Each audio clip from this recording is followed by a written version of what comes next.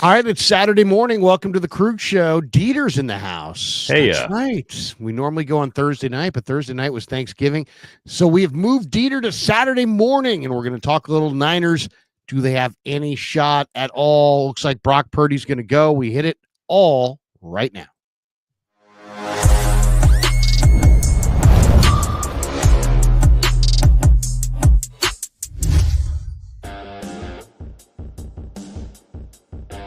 All right, welcome to the Krueger Show. Bright and early on a Saturday morning, 8:39 on the West Coast, 11:39 back east. Welcome to the Krueger Show, brought to you by Pick It Up, Pickle, the best barbecue in all of Northern California. Check them out. They're in Emeryville. They're in Corte Madera. They're open 7 days a week from 11 a.m. till 8 p.m. or until they run out. Go say hi to Damon and Mary. Get some brisket chili. Tell them that Krug sent you. We're also brought to you by Sharp Corner Sports Cards and Collectibles. They're at 205 Cypress Avenue in Pacific Grove, California, along the Monterey Peninsula. So if you need sports cards or collectibles, go talk to my man, Anthony Catania. He's at 831-521-5264. And this live stream is also sponsored by Better, the official daily fantasy sponsor of the Krug Show. Use Better to make daily fantasy lineups and win real money. We've done it. I can absolutely attest to it. Download the app below. Make sure you use the promo code Niners, and you'll get your first deposit matched up to $200. Everyone who does is automatically entered in to win a free signed Fred Warner jersey. And today is the final day to qualify for the drawing to win the Fred Warner jersey. It is autographed. It is red. It is his number 54. You will love it. Anyway, we'll announce the winner at the end of the month of November, which is right about now. Yep. But we'll do the drawing later on. So last day of November, Larry. Last day of November. Where did it go? Welcome to December. Welcome to December is just around the corner. Larry's rave. My goodness. That's right. Normally I go with the red lights, but the battery in the light is janky. We need to replace it, and it's been stuck on this mode, so I could either go dark I'll join you, or just in an assortment of colors. And I thought, what the hell? We'll mix it up. We'll mix it up. We'll mix it up. We'll go with an assortment of colors. People will just feel like I'm in that wild and crazy kind of mood. Yeah. Brock Purdy. Are you in a wild and crazy mood, Larry? Not Are y'all really. amped up? Does Brock Purdy have you feeling nicey? You know, I'll tell you what's got me feeling anything right now is that Kev went out drinking with his buddies last night and got too wasted to drive home. Yeah.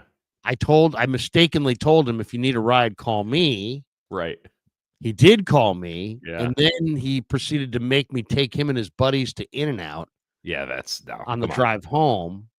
And of course, I'm not going to sit in a 75 car In-N-Out line at 1 o'clock in the morning unless I'm going to have some In-N-Out. That goes without saying. Also, they're paying for you, right? No, I know. Are you kidding me? I'm Daddy Warbucks. I'm rolling. The channel's rolling well enough. I can cover In-N-Out. I can't do a whole lot, but I can cover In-N-Out. All right. So I know that the next time I need a burger. That's good to know. Yeah. Even the image of that, I wrote the check. Young people going, excuse me, what exactly did he mean by that? I wrote the check statement. Look it up. Look it up. Look it up. I was listening to my Pandora as I wrote the check. Anyway, Brock Purdy's going to play. Break up the car and go get him.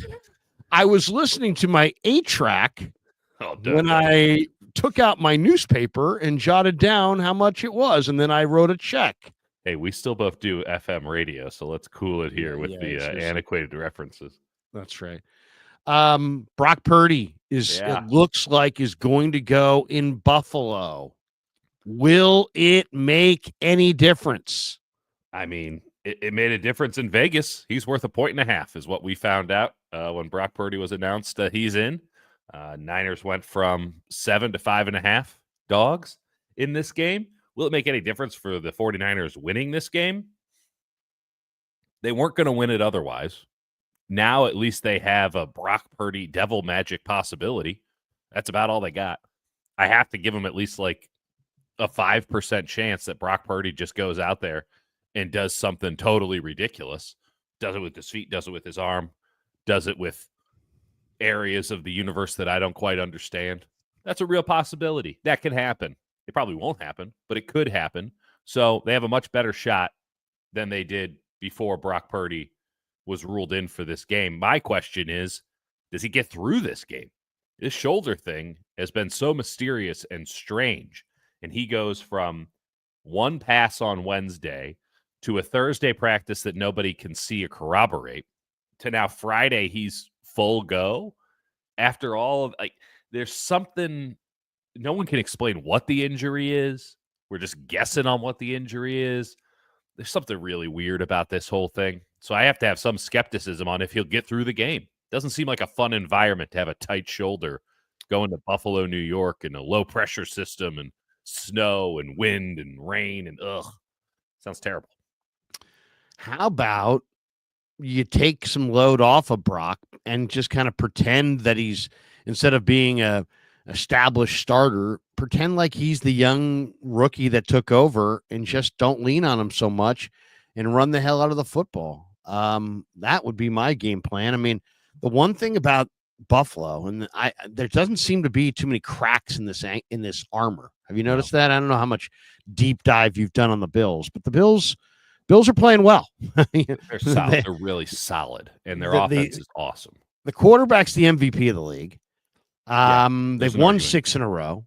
Yep. They've won 5. The last 5, they've scored 30-plus points. Mm-hmm. They're coming off their bye week. They're rested and ready and primed for liftoff. They badly want to win a Super Bowl. They've never won one.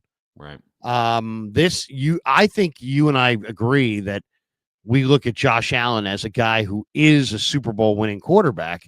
Well, that's great, but he hasn't won one yet. And one of these years, he's going to get one. I'm absolutely convinced that Josh Allen is not going to finish his career with no Super Bowls. So this is the year he's playing like an MVP. It looks like this could be their year. But what I was going to say is the one glitch that I can see is their defense allows 4.9 rushing yards per attempt. That's third worst in the NFL. They haven't been awful against the run. They've allowed 119.4 rushing yards per game, middle of the pack, but they haven't faced a lot of rushing attempts because of their offense. The Bills' defense has faced an average of 24.5 rush attempts per game, 7th fewest by any defense in the league. But if you look at them, if you go back to the beginning of the year, they were getting absolutely run on. Baltimore ran for 271 yards in a 35-10 victory over the Bills on 34 attempts. So, I mean, that's Baltimore, and Baltimore's got a great rushing attack in Lamar, and that was early in the year. They've improved since. But, I mean, to me, if there's any way the 49ers are going to go into Buffalo, New York on a night where the temperatures are going to be in the single digits and the wind could be howling at 35 miles an hour, I think it has to be a run-dominant plan, does it not? It does. That is of concern to me as well, and we're going to rehash the same conversation we've now had since Christian McCaffrey's come back. Like, Christian McCaffrey's averaging 3.5 yards per carry. I don't see the juice. I don't see the blocking, to be sure, and now you are down your left tackle, your left guard, your center's been bad, your right guard has shown some serious cracks. And frankly, your second best offensive lineman outside of Trent Williams this year might be your right tackle. And we all agree the right tackle's not very good. So that's your offensive line. You got a quarterback whose shoulder is so impinged that it's kind of a shock that he's playing in this game. You're down your number 1 wide receiver. Your number 2 wide receiver can't separate worth a damn. And now they can't even run the ball with him anymore, which was supposed to be his trump card. You do have a great 3rd down wide receiver, but he now needs to be a 1 through 3 down wide receiver. You got a rookie wide receiver who has a lot of talent, but doesn't know what the hell he's doing out there yet because he had no training camp, not because just a shoulder injury, but because he got shot. And then they rushed him back because of Ayuk's injury. And all that to say, McCaffrey doesn't look the same to me. And this is the week above all weeks that he needs to look the same, because every rep that he takes has to look of a MVP quality, at least for him. And the environment around him is certainly not conducive to that, but I don't really care. If you're of that caliber of player, you need to up your game to the point where it at least looks recognizable. It hasn't yet, and the Niners can't wait anymore. They can't wait on Debo to decide, hey, today's the week that I'm gonna ramp it up and I'm gonna look like old Debo again. They can't wait on Christian McCaffrey to find his form, if it still exists, somewhere in the third quarter. The game's going to be over by then. They can't wait on Brock Purdy, frankly, to play like an MVP again, to elevate some of the guys around him. I'm not going to go out and say that Brock Purdy's had a bad year, but it hasn't been as good as last year. And I know that a lot of that is being a product of your environment, but ultimately you're about to pay a guy $60 million a year. You got to elevate people around you. You got to make it so that it doesn't even seem like a problem that the guys around you aren't as good as they were last year. Look at what Buffalo did. They got rid of Stephon Diggs. They haven't lost a beat. And in fact, I could argue their offense is better this year. Now, they did go get Amari Cooper, so there is some point of deficiency there that they wanted to fix. But the point is still, it's not as if Buffalo fell off a cliff when they got rid of their number one receiver.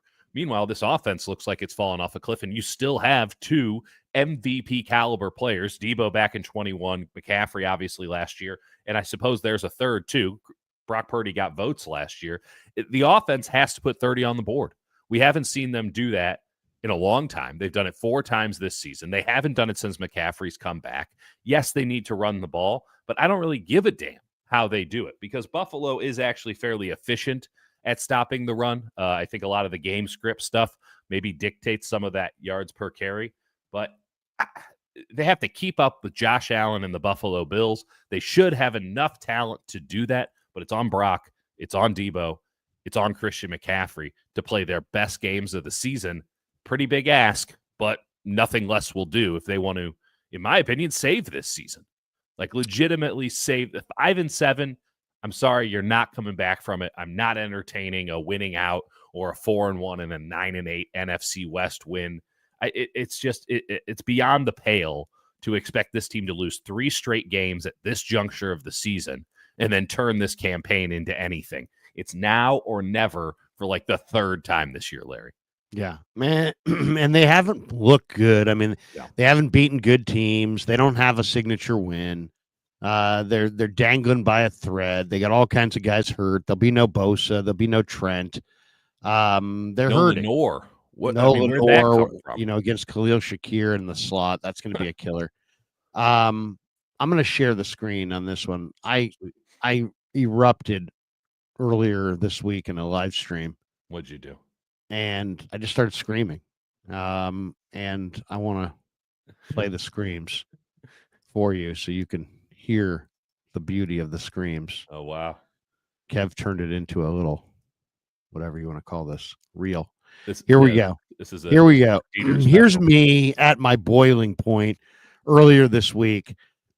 Basically, I went down to Santa Clara with good intentions, asking all the right questions. Is this the issue? Is that the issue? Only to be told that no, nothing is the issue. There's no problems. There's no issues here. No issues here. Then I thought about it and I started talking it through, and then I started getting pissed. Watch this little. Nothing is the problem. Okay. What's up with Sorensen? Love Sorensen. What's up with Campbell? Love Campbell.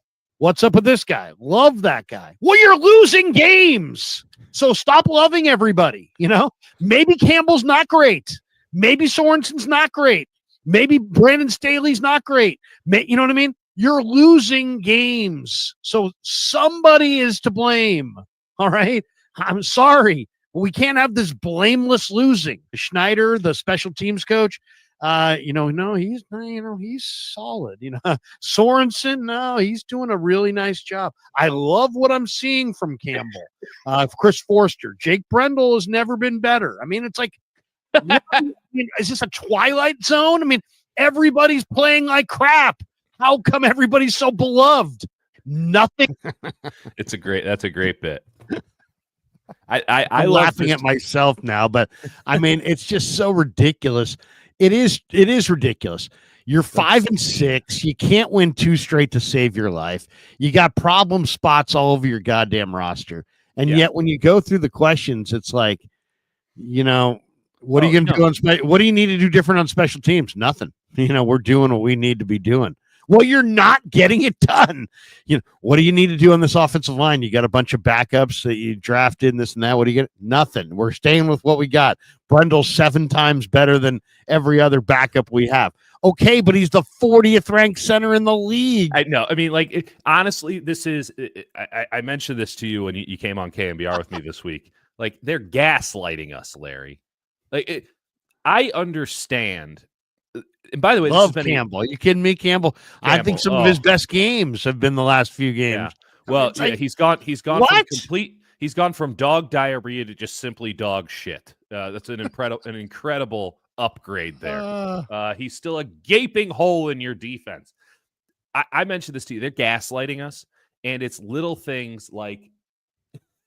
And we love what we're seeing from Devondre Campbell. We love what we're seeing from Brendel. Oh no, they're doing a great job.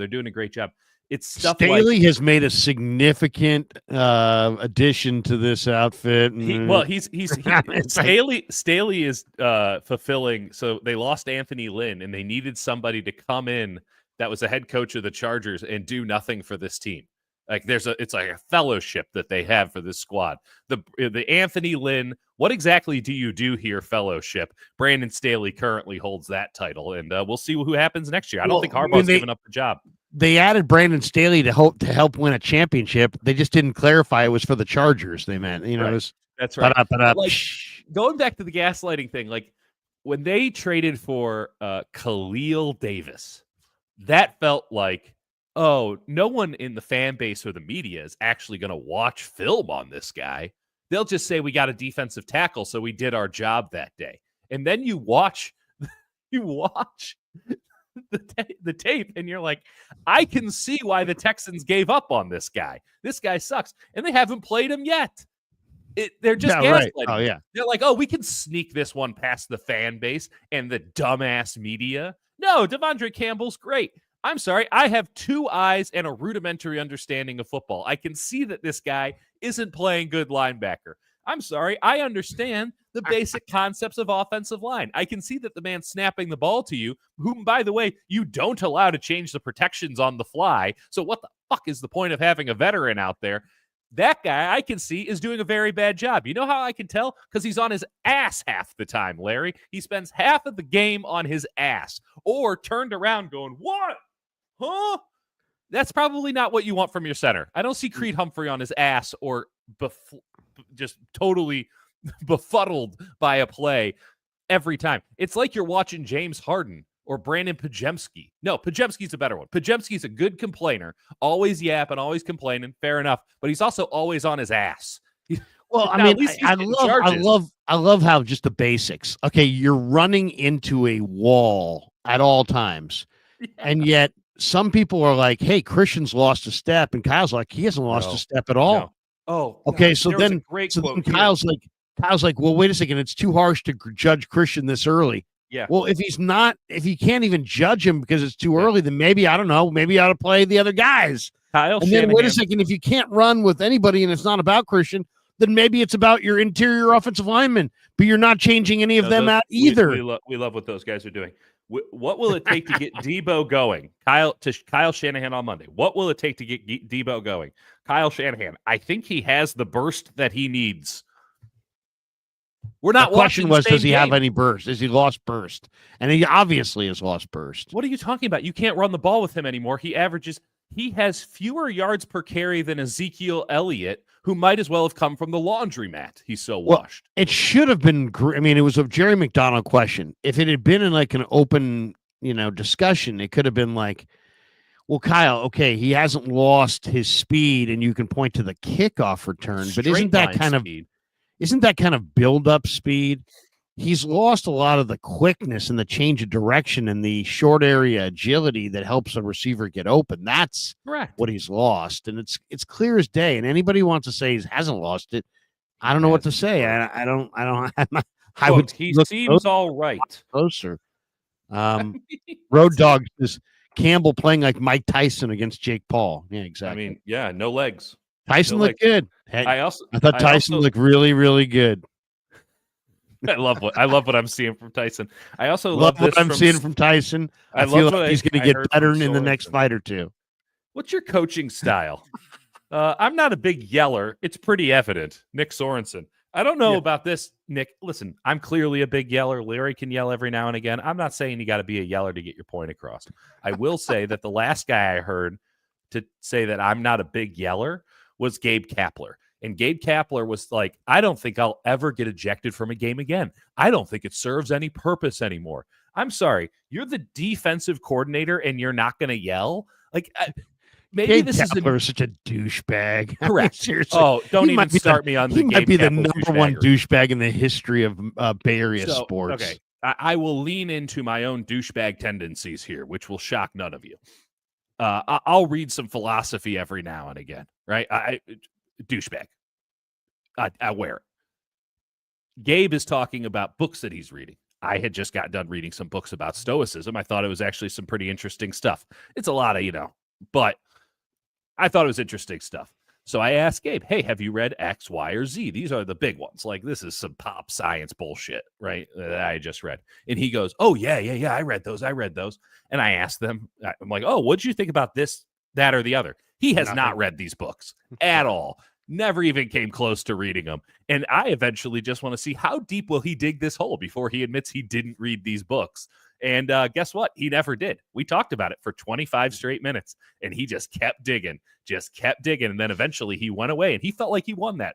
He felt like he got away with it. And you can never. The best part is he went away wearing an entire Lululemon jumpsuit. He was wearing orange Adidas shoes, the bright orange Adidas shoes. But I'm not. I don't think it serves anything to yell. Defense is about pain and chaos. Like, at what point are you not going to yell? You think Fred Warner tries to get the team ready to play a football game by going, okay, guys, let's all stick to our basics and understand our coverages and responsibilities, and let's go show them the best football game we've ever seen? Or does Fred Warner, Mormon, start yelling every F-bomb and words that I've never heard before at the top of his lungs to try to, I don't know, amp up his football team to go kill people? Maybe yell a little bit. Just a thought. By the way, my man Raj at RSF 49ers on his X asked this question: which injury? He's got a little graphic up. Which injury is the worst for the Niners? Bosa, Purdy, Ayuk, or Trent? I don't think it's any doubt it's Ayuk. Because Ayuk may never be the same. I mean, if we're talking macro, then it's Ayuk. Ayuk's the most serious injury. It's Ayuk. And only that, it's financially you're most screwed because of Ayuk. Well, you might actually be most screwed with McCaffrey if he doesn't. But he's not on the list. It's Trent, Ayuk, Purdy, and Bosa. Yeah, Bosa out will of be those fine. four. I trust that Bosa will be fine. Maybe that's foolhardy. Not this year, possibly, or maybe no. Like now, the biggest issue is Bosa because you have no pass rush. You're just counting on Leonard Floyd to maybe get there after 10 or so seconds. That's not a pass rush. Also, you're losing a lot in run defense because now you can actually double team guys on the interior, and guess what? That's not going great. That's all Green Bay did. They just double teamed the interior, and those guys who didn't stand a chance one-on-one were just getting washed to sea every play. And then you had one-on-ones with linebackers. And at a certain point, Green Bay just decided we're actually cool with one-on-ones with Fred Warner because he's probably going to miss the tackle because he's playing with a broken bone in his ankle. So, they were like, let's do Campbell. And then they're like, let's not even bother. Like, that's hard. Maybe we just just leave the mic open. We'll still get 8 yards a clip. So Bosa, as of right now, Ayuk's of concern. Like, there's no telling when Ayuk is coming back. Right? Normally by now we would have heard like, oh, he'll be back for week 1. This kind of BS optimism. We haven't heard that yet because it was both MCL and ACL. I'd like to think that given advances in modern technology that he'll come back and look the same. We've certainly seen wide receivers come back from an injury like that, but the compound nature of it and the lack of optimism being expressed by Ayuk's camp, which had no problem talking for months and months and months, and now the 49ers is a bit of a concern. But I think we should ask specifically about this in the coming weeks because that's about all we'll have to worry about with this team. Coach Yak has an interesting thing on his Twitter about Brock Purdy. Let me see if I can find it for you. Brock Purdy talking about playing without the left side of his offensive line in this game. Let's play this one so you can hear this. This is pretty interesting from yesterday. Brock in the podium talking, and this is via Coach Yak's Twitter, but Brock talking a little bit about the fact that it's going to be Ben Barch at left guard for Aaron Banks, and it's going to be Jalen Moore at left tackle. Here's Brock yesterday about that. Go play a team as daunting as Buffalo without the left side of your starting offensive line. How do you process that? Yeah, I mean, obviously you'd love to have your guys that are starting play, but I mean, that's the NFL, and I have all the trust in the world in the guys that, we have behind our starters. And so Jalen Moore, I think, has done a great job coming in, and then Ben Barch, we know he's had history of playing as a starter in the NFL. So, that's part of the game. Guys get banged up, guys get thrown in. But with the unit that we've had, I think we've had guys that have a lot of reps, and trusting them for sure. So just got to go out and compete and get it done. There you go. That's how he processes that. How do you process the fact that you're not going to be blocked? You're not going to have blocking in front of you. Well, I'm afraid, and I'm fearful. I'm fearful for my children. Have but you I don't seen have my any pants? They are soiled. Buffalo has not allowed, or has allowed the fewest sacks of Josh Allen of any quarterback in the league. Yeah. Kansas City has the best interior trio, maybe in football. Mm-hmm. The Lions, maybe left to right, have the best 5-man line in the game. Mm-hmm. The Ravens, control the line of scrimmage with big people. Philly, has been dominant in the second half. I saw them against Washington a couple weeks ago, and they just lined up really Mekhi impressive. Becton and they're Mailata, and they come at you, and they've got Saquon Barkley. They're fantastic. Is this the mistake from the Shanahan Lynch regime that they just didn't and continue to not really put? It's almost like they're living in the 80s with Bob McKittrick. The Niners forever. The Niners won rings, lots of rings, 4 rings in the 80s, 5 in the 80s and 90s with Bob McKittrick.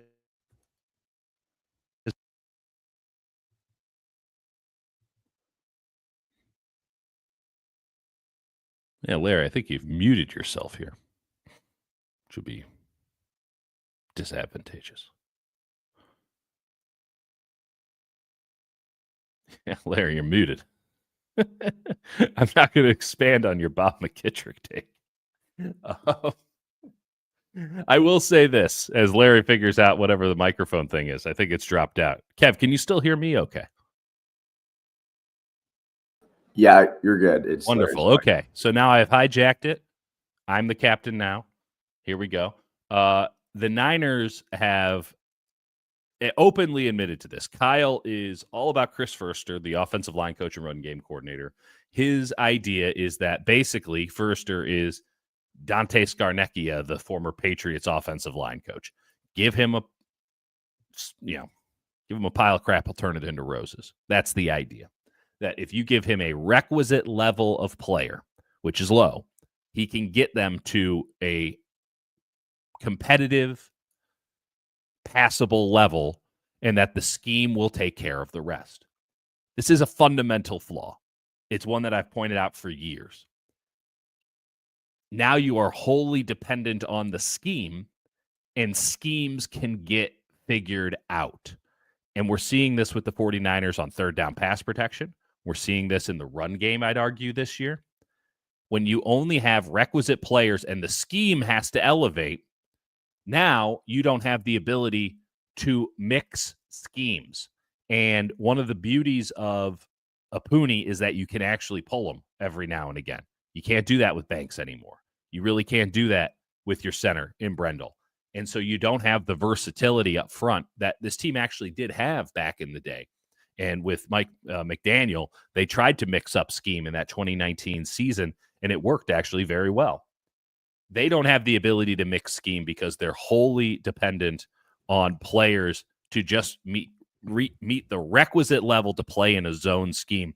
I'll go to something Jim Harbaugh said. You have to build, I believe firmly, and this is me speaking, you have to build on both of your lines first. That is the first point of attack. You build inside to out. The Chiefs know this.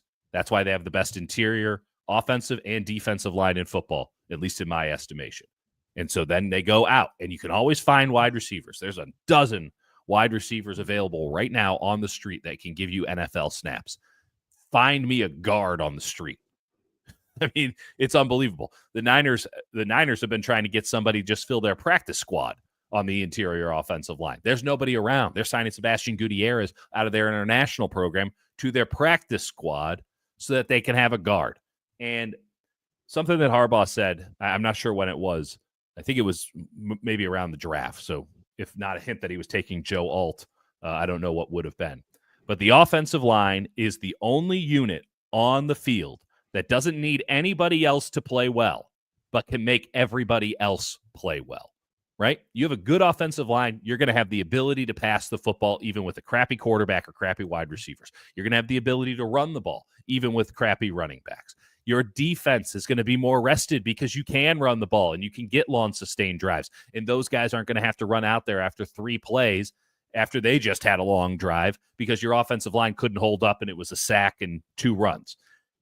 Offensive line is so critical for success, and I understand that you can't spread out the money everywhere, but the 49ers have fundamentally decided that they want to build from the outside in, right? They gave big money to McCaffrey. He's way back there. To Debo. To Ayuk. Kittle has to serve as a tackle, but he's also a skill position player. You think about where they spent their money, on defense. Yeah, they've thrown money at the defensive line, but has it elevated it? They don't draft. They don't prioritize there. But they do throw money at Charvarius Ward. They just gave a bunch to Diamador Lenore. It is safety, I consider, an inside position. They haven't put any money there. They're going with young guys. It's working well right now, and they might have won there. But ultimately, I like teams that have a strong spine. And the 49ers right now, when you look at their offensive line in particular, it's a joke. And the idea that scheme will save them is laughable because teams know that you can overload blitz on 3rd down and that they have to throw hot, which is almost always short of the sticks because they don't trust their center to shift protections because they don't have a lot of protections to shift to. They don't have a lot of stuff that they can do. And in the run game, everyone knows the stretch is coming. And yes, that takes something off of your guards in that system with the stretch. But how about some powers? How about some traps? How about some gap blocking stuff to mix it up so that you can't run the same fronts again and again and again, these odd man fronts consistently that force these teams to run inside instead of being able to get to the outside on the stretch and allow linebackers to clean up. If you have a competent linebacker, you can have a field day against the 49ers. Here's the clip. Here it is. This is Harbaugh that you're talking about. The It's a great quote. Is important. If I ask you the question of what position group depends on no other position group to be good, but every other position group depends on them to be good, what position group is that? Offensive line. They're not relying on any other position group to be good. They go out and they're good. But yet every other position group relies on the offensive line to be good. And then the D-line, they'll be the ones that argue back. We don't need the offensive line to be good. Do you? Do you like when the offense has a 12-play drive and the field position? Yeah, okay, you're right. It's like, so yeah, that building that kind of offensive line, that's exciting. Can't wait to do that. April 2nd, let's get it started. Let's go. So do you feel ready to roll? What a dude. I mean, this guy brought a Boise State defensive tackle and made him the fullback because that's kind of what he does. Yeah. But somebody retweeted that and was like, somebody show this to Kyle Shanahan. Yeah. All right, Yeah. let's take a time out. This live stream is sponsored by Better, the official daily fantasy sponsor of the Krueger Show. Use Better to make daily fantasy lineups and win real money. Download the app below. Make sure you use the promo code Niners to get your first deposit matched up to $200. Everyone who does automatically is entered into a drawing to win the Fred Warner autographed jersey. All right. Let's go to our better lineup and take a look at Niners Bills. Josh Allen rushing yards. Josh Allen. Let's take a look. He's got 9 projections here. I prefer carries if we can get it. I don't think he's got carries. Rushing yards, 30.5 rushing yards. Over. More. Okay. Let's go more than that for Josh Allen on rushing yards. Khalil Shakir receptions. Yeah, let's go to Khalil Shakir. Yeah, I like him over. Well, I like him. I like him on the yards. Well, let's do it. Well, the targets. Yeah, maybe the targets. No. I think you're right. Also, I love a good longest, but that's a high number. I like the 54.5. That sounds good. Yeah, to let's me. go 55 yards for Khalil Shakir. Shakir's been really, really good. The stat, for those who don't know the stat, is that Shakir has been really good. Here it is. Since week 7, Khalil Shakir ranks 4th among all wide receivers in receptions per game. He's getting 7.2 reception per game. He's notched at least 6 receptions in every game he's played over that stretch. The Niners defense allows the 4th most yards per reception to the slot and will not have their slot corner. Who's going to play slot? Are they going to slide Green inside and let Yadam or Rock Yassin play outside? I don't know. That's a good question. I would say probably Yadam. Yadam will play outside. All right, let's see. Debo is saying, don't give it up. Don't give up the hope. So let's see. Maybe Debo has a big day. 6.5 rushing yards, 41.5 receiving yards, 19.5 longest catch. I'll take the under on longest catch. You like that under? Yeah, I do too. He ain't got the juice. He doesn't get the juice. Let's go less than 19.5. Yeah. You want another one? And do we want one more? Let's see. What about Pearsall targets? They don't have Pearsall. Oh yeah, they're there. Longest catch, 12.5 yards. Receiving yards, 18.5. I kind of like the buy low on Pearsall more than 18.5 receiving yards. All right, let's go there. More than 18.5 receiving yards. The market has spoken. I have spoken too. We've done it. Josh Allen more than 30.5 rushing yards. Khalil Shakir needs 55 receiving yards. Debo needs a catch that is he can't have a catch that's 20 yards or more. Pearsall needs 19 receiving yards on the day, which is that's a little bit of a projection for him, but who knows? There we go. Let's see. 5-1. Get it in one catch, Larry. What are we for $20 to win 100? We'll take that. I love it. Once again, 10 to win 100.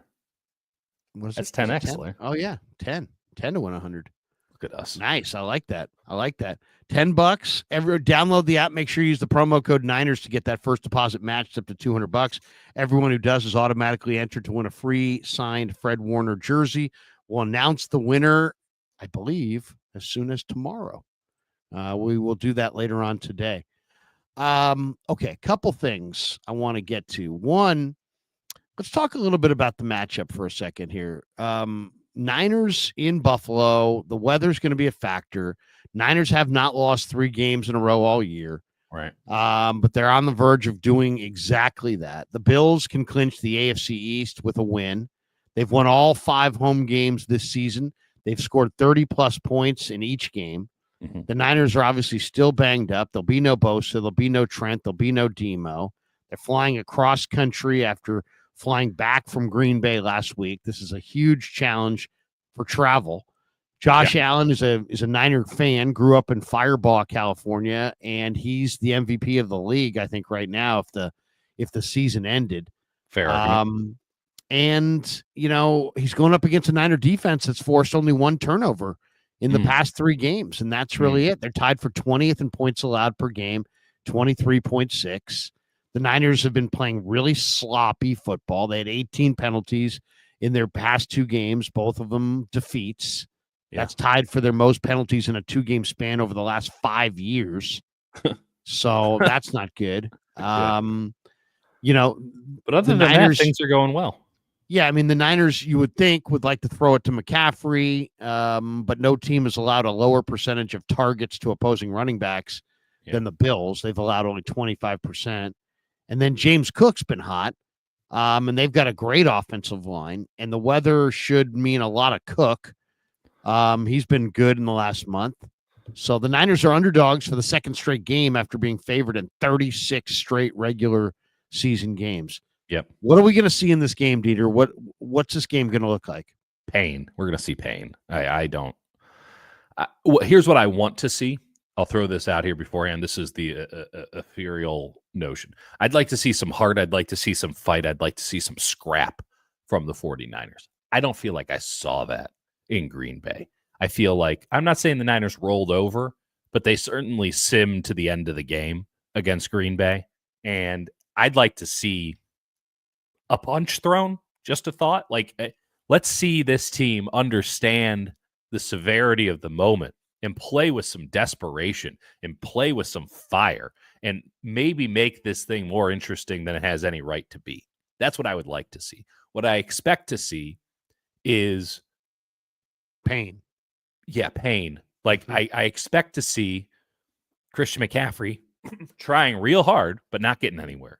Deebo Samuel trying real hard, but not separating. Brock Purdy trying real hard, but having to find pennies when only dollars will do. I expect this defense to get gashed and it to be quick and painless defeat on the defensive side of the ball, and the offense just not keeping up. And while we're at it, they'll probably F up on special teams too. That's what I expect. I think 5.5 is a laughable number. I think that this game has all of the hallmarks of last week's game, except Buffalo's a little bit more buttoned up. Buffalo handles their business a little bit better. Green Bay's volatile and explosive. That can go either direction. And frankly, Jordan Love wanted to hand the 49ers opportunities to make that game interesting. The Niners just kept sending it back to the kitchen. As much as people want to say that Josh Allen is turnover prone, show me on the tape this year where that's the case. He doesn't look it at all. He looks fully in control of what he has going on. Now, there will always be some volatility because the ball's flying 60 yards down the field. But in the idea that he's loosey-goosey with this thing is laughable to me right now. Well, he didn't throw an interception in his first 7 games, and he's got 5 now in his past 4. Yeah. So he overall in his career, he's 43-27 when he commits a turnover. So it's not like a deal breaker, but he has had 5 interceptions in the past 4 games. That's factual. I don't see the same. I see a guy at quarterback right now who knows what he's looking at. And when I think about the Josh Allen interceptions of years past, they were because he got confused at what he was looking at. And that is the hallmark of what forced him to start running in this league. Like, he didn't have good accuracy when he came into the league, and he couldn't throw the ball to hit the broadside of a barn. He's throwing interceptions because he didn't know what he was looking at. Everything was way too fast. And at a certain point, the Buffalo Bills just decided, well, he can't throw it, so we should probably run it with him. And if he dies, he dies. But, like, at least we'll get something out of this 7th pick. If he dies, he dies. We're doing nothing but Rocky quotes today. And so they started running. Not get it next week, Rock.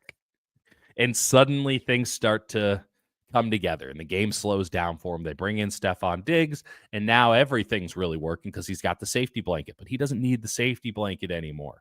He doesn't need that number 1 receiver who just throw him the ball, he'll find a way. He doesn't need it anymore, but Amari Cooper has been a huge upgrade for this team over what they had. I don't know if he's a full replacement for a prime Diggs, but he's solid, and certainly coming off a bye, he'll be more acquainted with the playbook.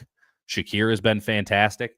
You know, you mentioned how good Cook has been. Ray Davis has been really good too, just behind him, the second running back out of Kentucky. He's been really good. I kind of like Ty Johnson a little bit as well. Their offensive line is I heard Tim Ryan on KMBR this week saying that he doesn't like their offensive line, and I understand that there are some concerns with, like, Osiris Torrance. Like, I get it. It's a very high pick, by the way.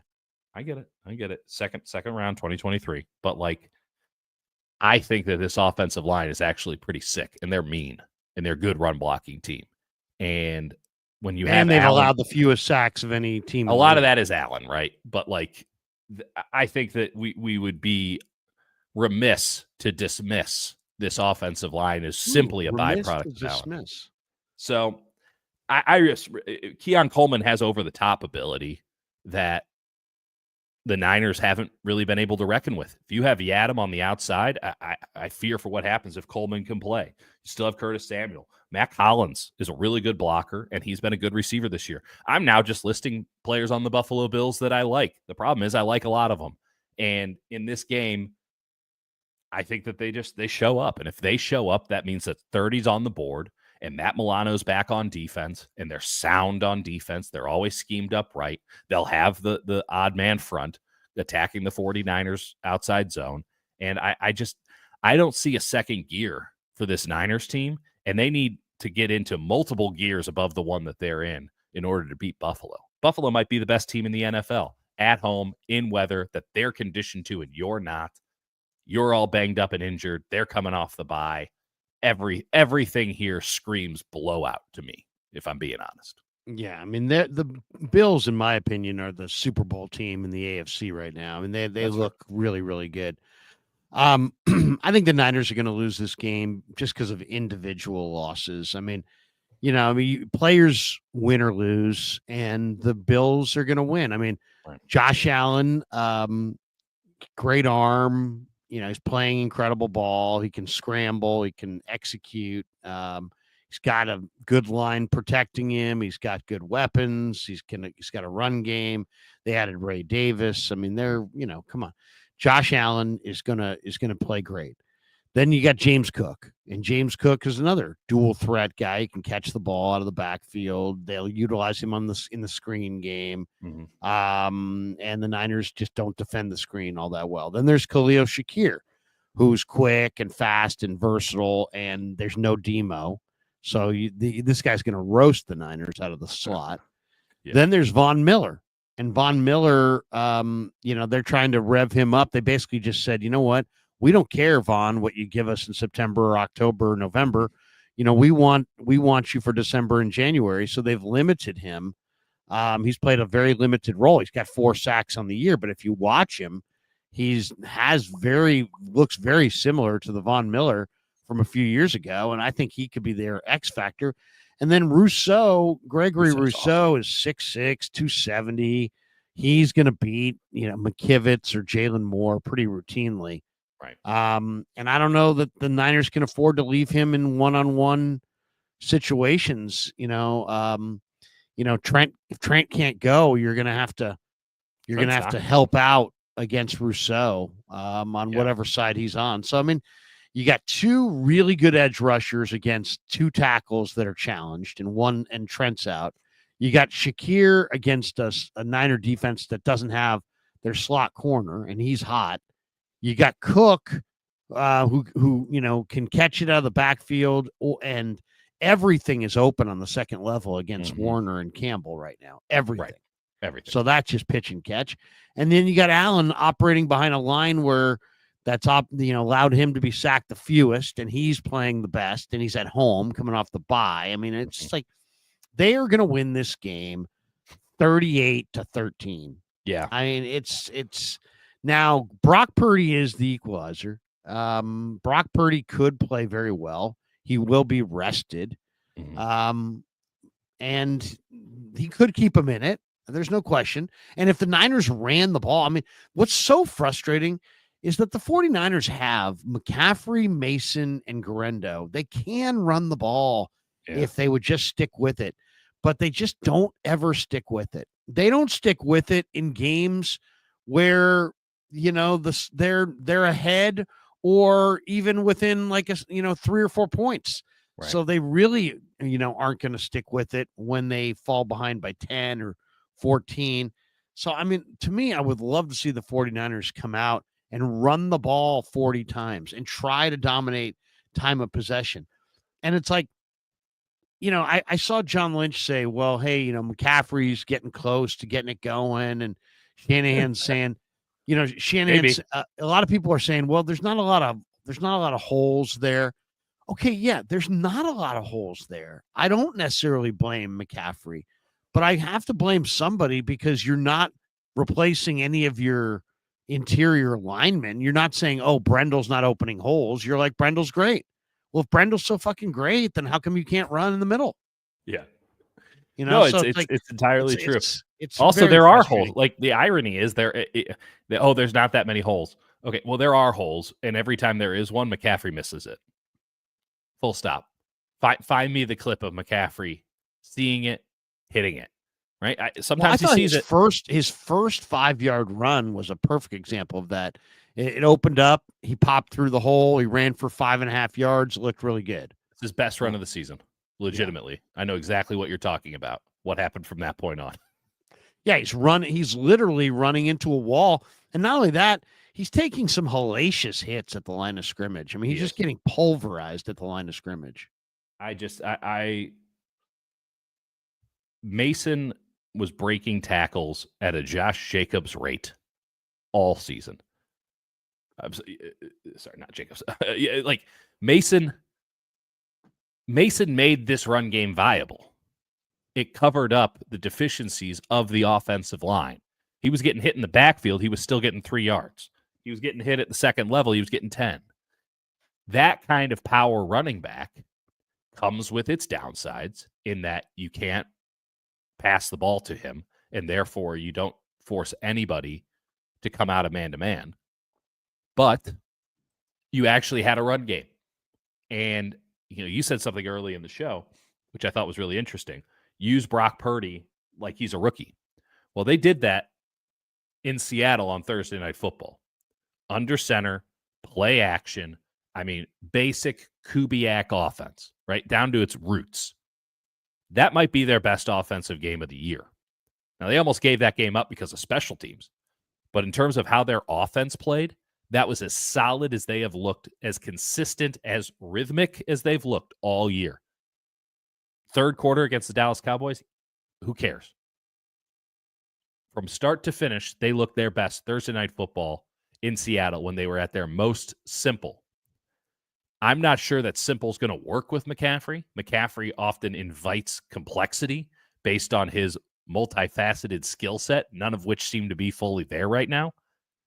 It feels to me as if Kyle is going to run McCaffrey until he can figure out if he has it or not.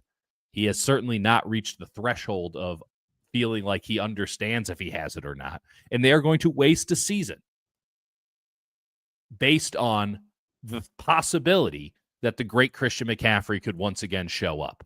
They're going to waste a season because you lose 3 straight games, your season's done.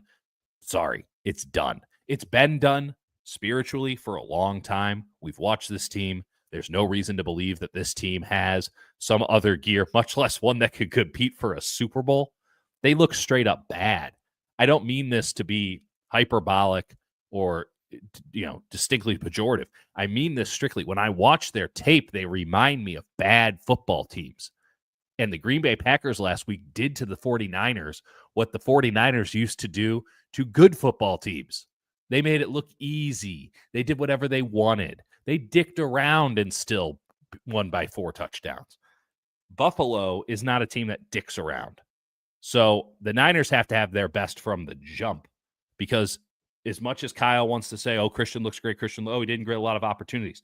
One of the reasons why, Kyle's right. He didn't get a lot of opportunities because you were down 17-0 before the game really started. You have to come in from the jump. You got to score the first touchdown in this game. You have to create some sort of a script that says you have to adjust to us on the offensive end. You have to do something. They have not forced a defense to adjust all year. Not once. It's been a lot of strength v. strength, and maybe the Niners come out on top. But in terms of adjustments, no. The game plan that teams come in with is the game plan that they finish with, and more often than not, as it's shown by their record, that game plan wins for opposing defenses right now. Niners have to have their best offensive game of the year. I would say that simple is better, and they need to get it going early. And if they can't get it going early, Kyle needs to swallow his pride and put in someone who can break a damn tackle so you can have a run game. Because if you don't win this game, what the hell are we really doing? Purdy's listed as questionable, but you expect him to go, huh? I mean, Kyle said he's going to play, so Yeah. I have to take him at his word. He told us already who's not playing, so it's interesting. This, this is the Niners have lost 2 straight. They've got a losing record this late in the season for the first time since the 2020 season when they had tons and tons of injuries. And this year, there's been a lot of injuries as well. It's the same thing as 2020, Larry. Like they were 5-6 playing Buffalo, and they're like, if we win this, we're right back in it. And Buffalo stomped them. It's the week 13, 5-6, play Buffalo. We beat Buffalo, we got a shot. And they got absolutely worked over by Josh Allen in that game. History, they say history doesn't, repeat itself, but it rhymes. It might actually just repeat itself in this case. It's the exact same thing. 5-6, playing Buffalo, week 13, season full of injuries, can't get it right. Delusional thought that they could just get it going. They go to 5-7, and everything falls apart from there even further. Buffalo's defense has taken the ball away a lot this year. They forced at least one takeaway in every game this year. So they're going to take the ball away. They're going to wind up winning. They're probably going to. The problem that's so frustrating is that the Niners just are so bad at stopping the run now. So it's like slow death. Yeah. The special teams is also going to be a factor. I mean, one of the underrated moves that Brandon Beane made was acquiring Brandon Codrington from the Jets at the end of the preseason. Yep. And this guy's been good. He's 4th in the NFL. He's got 243 punt return yards. The Niners rank dead last in allowing 16.4 yards per punt return. They've already allowed a kickoff return for a touchdown. Expect Codrington to give Buffalo outstanding field position in this game. What is the future of the 49ers at the quarterback position? I mean, it looks like they're on the verge of paying Brock Purdy a lot of money. Yeah. Some people want them to wait, and if you wait and he plays great, you're going to have more certainty, but you're going to pay him more. The sooner you pay him, probably the less that you're going to pay him based on based on inflation. Well, and just kind of based on the way things have gone. It seems like with quarterbacks, but overall, what do you think? What do you think the Niner quarterback room is going to look like or should look like next year? I have my plan already formulated for next year. And I'm saving money at quarterback behind Brock Purdy. I'm kissing off Dobbs. I'm kissing off Allen. And I'm going into the draft for Riley Leonard or Haynes King. And I'm bringing those guys back with who are pretty athletic and with Tanner Mordecai. And I'm going Brock and those 3 guys. That's what I'm going with. I'm going with Tanner Mordecai. I'm going with Haynes King from Georgia Tech, and I'm going with Riley Leonard from Notre Dame. And I'm just going to try to, maybe start to develop quarterbacks a little bit, see if I can develop 1 or 2 of these guys into something that I could trade. That's my plan at quarterback. Not go with the veterans, go with the kids, and then see if I can unearth a decent prospect and trade him in a year. I get that. I think that I'd go the same way. They're going to pay Brock. I would personally wait. I think that they have already decided to price him at the top of the market. So oh no, we might lose another $5 million, $10 million total if we wait and he plays great. At least you'll have certainty. Now they're certain they're going to pay him top of the market. If I thought there was some sort of discount for getting him early, I'd say do it. But I don't think that's the case.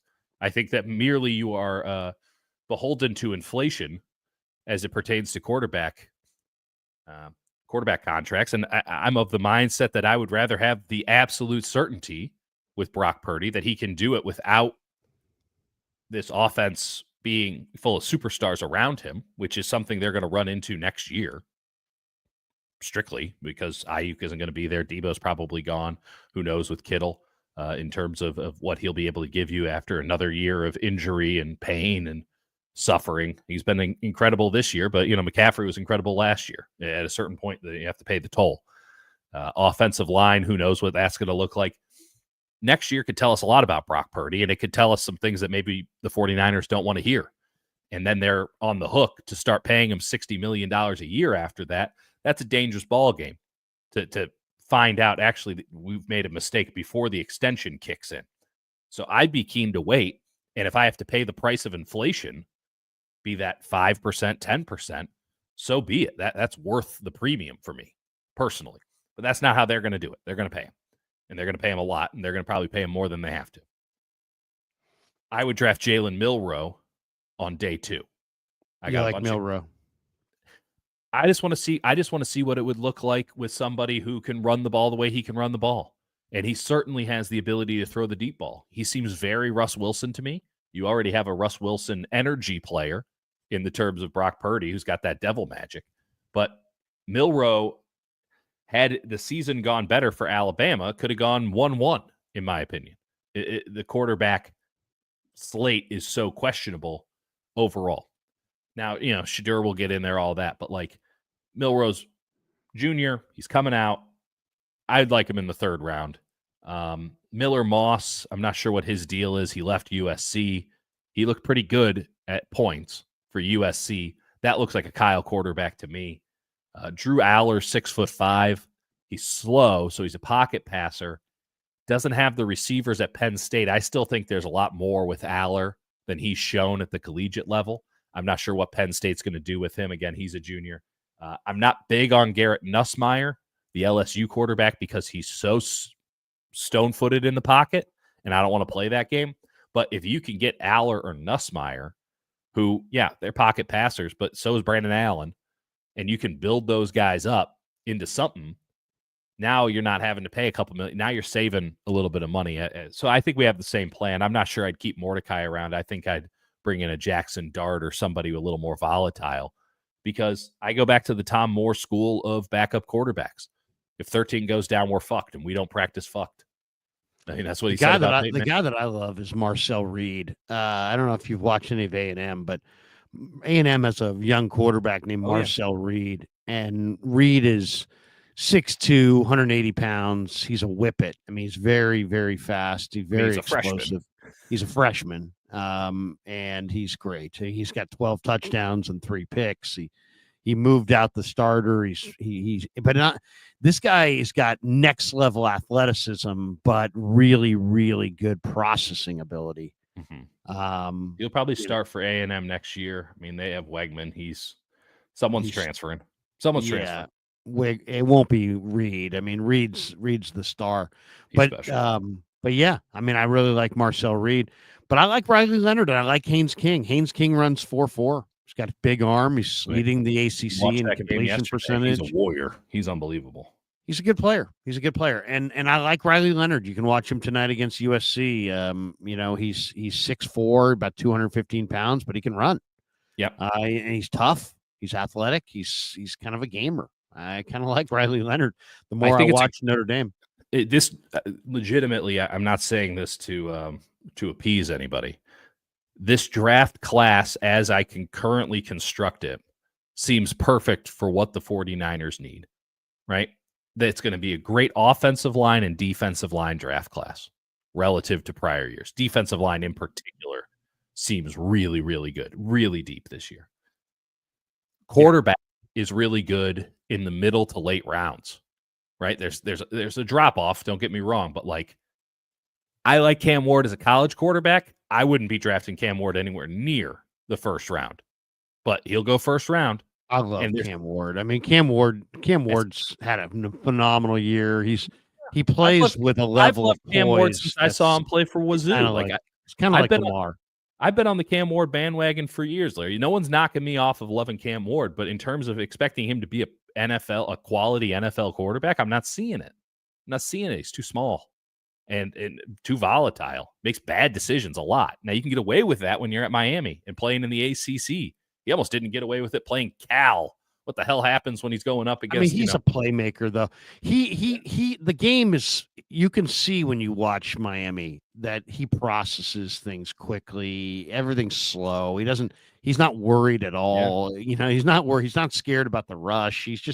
he's just in total command. I mean, I know I'm he's just saying I he's wouldn't not take him he's round 6, one. but he's 6'2", 225. It's not like he might be a tad under, but he's plays right small. around there.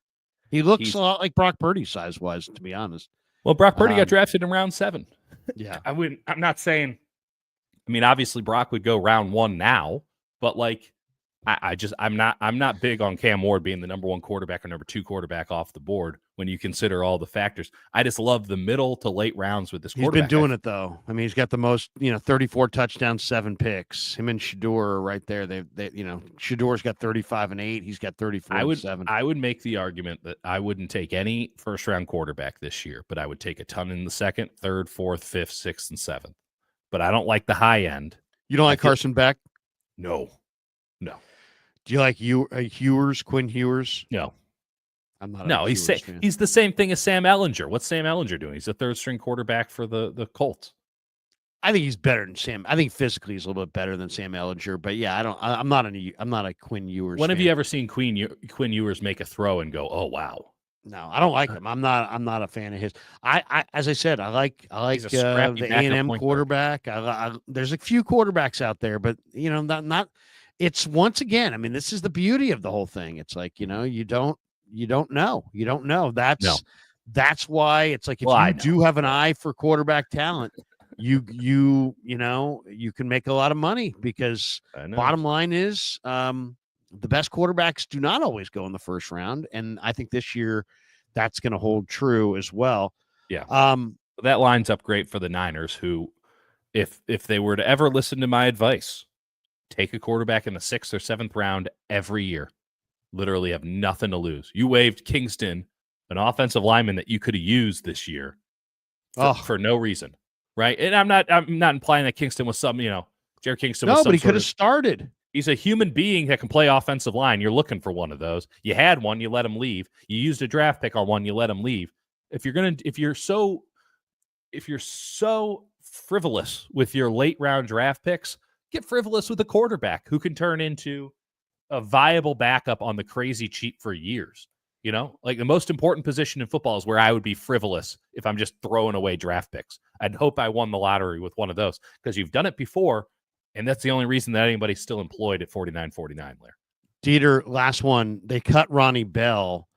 They're probably going to make another special. They also cut Cam Irving, who they just signed, and they re-signed Sebastian Gutierrez, which makes me kind of think they're just kind of playing roster machination games. I kind of think that Irving will probably be re-signed here, right, and take Ronnie Bell's spot. But they did cut Ronnie Bell, who was a 7th round pick. He maxed out in college. His dad was a college wide receiver coach. Right. And he was a good player in college, but his ball skills are not as good even now as they were when he came out, and he needed to get better, and he was maxed out. He doesn't have any size or speed or this was help you on special teams, Larry. You're a 7th round wide receiver who can't catch the ball, and you can't help me on special teams. It's amazing you made it this long. I know. I mean, it's just, and once again, I mean, you had Terrace Marshall, who played yesterday for the Raiders. He's bigger, he's faster, he's younger, he's more experienced, and you cut him loose. He know the game? Does he know the playbook? This is Kyle's thing. Does he know the playbook? Oh, how about it? Can he execute the playbook? That's run the route tree. I mean, come on, most of these guys run a 9 route, run a this. I mean, I can't imagine it's that intricate. I mean, we've seen other receivers step in. It is and it isn't. I mean, if you actually want to see how intricate it is, watch the Packers wide receivers blocking for Josh Jacobs last week. That's how intricate it should be. That's not what it looks like for the 49ers right now. It doesn't matter if Ronnie Bell, who they liked as at least got in position to block, he just got ran over a bunch. It was a heartwarming story of a man with no hands making it to the NFL, and here we are. Ultimately, all great stories have to come to an end. He played only 9 games. He caught 2 passes for 22 yards. Did not record a touchdown with the Niners this year. Yeah. Well, we'll all remember. We'll all remember him though. Yeah. He doesn't separate. And once his hands up anywhere. Once his hand, who? Do you think he gets picked up anywhere? No. That's telling. No, he won't, because wide receiver more than other positions is the complementary position. You have to. Everybody's got to do something. It's like they can't all do the same thing. So you got to have guys who do different things. So you got to find somebody who's got a lot of vertical speed and just needs somebody to catch the ball. And maybe they would have interest in Ronnie Bell, but there's bigger, stronger guys with better hands and, out there. So I doubt he'll get picked up. He'll be in camp with somebody next year for sure. And maybe Harbaugh. I would say Harbaugh would be a perfect example to pick him up. Why? Because they need receivers. They're really hurting. They're leaning on a lot of young receivers. He went to Michigan. He's very polished. He could probably step in and help them like right away. I'd say Ronnie Bell is a live angle to the Chargers. And then he might turn into something. Yeah, well, we'll see. I mean, I don't know if he's a fit there either, but he's, a better fit there than here. Here, they need to find somebody who can run, and he's the opposite of that. So it's not just wasn't going to work. Dieter, hope you had a great Thanksgiving. Thanks to everybody. I think we got a couple. We got one star chat here. Okay. Ham GT 83.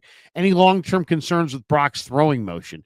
Puts a lot of torque in his shoulder and elbow when inverting his forearm. Not an ideal motion. No, I don't. I really don't. I think there's. I don't know enough about it. That's an interesting thing. I'll ask somebody who does. I don't see a lot of. I see a very catchable ball and not a lot of arm snap or elbow snap or a lot of movement in his delivery. So I would say no. And Chaos Theory says, Larry, Texas A&M or Texas? Well, A&M.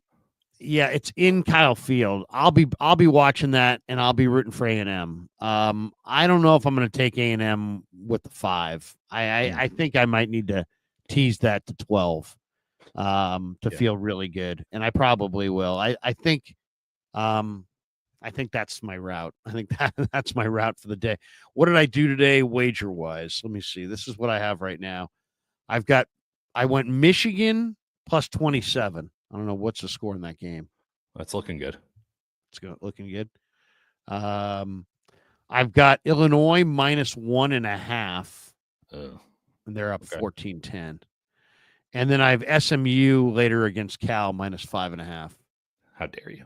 I love Notre Dame tonight against USC minus the 7. I don't know how you feel about that.